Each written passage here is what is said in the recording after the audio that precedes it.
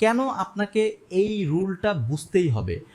ধরুন মাসে আপনি 50,000 টাকা ইনকাম করেন, কিন্তু মাস শেষে দেখেন টাকা নেই, কোথায় গেল বুঝতেই পারছেন না।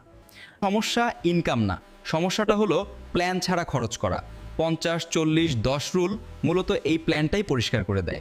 50% ইনভেস্ট নিডস, বেঁচে থাকার বেসিক খরচ। এখানে থাকবে আপনার খাবার, বাসা ভাড়া বা হাউস কস্ট, ট্রান্সপোর্ট, বিদ্যুৎ, গ্যাস আর একদম প্রয়োজনীয় ঋণের কিস্তি। রুলটা বলে আফসোস করে লাভ নেই, আগে নিশ্চিত করুন আপনার ইনকামের অর্ধেকের ভেতরেই বেসিক লাইফস্টাইল ম্যানেজ হয় কিনা। 40% ইনভেস্টমেন্টস, আপনার ভবিষ্যৎ ক্যাশ মেশিন।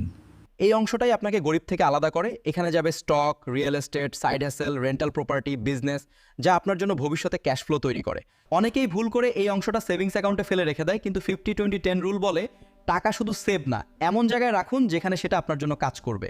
10% ওয়ান্স ইন ওয়ানসেন্স, গিল্ট ফ্রি লাইফস্টাইল, রেস্টুরেন্ট, ঘুরতে যাওয়া, নতুন ফোন, এন্টারটেইনমেন্ট, এই সব যায় ওয়ান্স ক্যাটাগরিতে, মোট ইনকামের মাত্র 10% পর্যন্ত।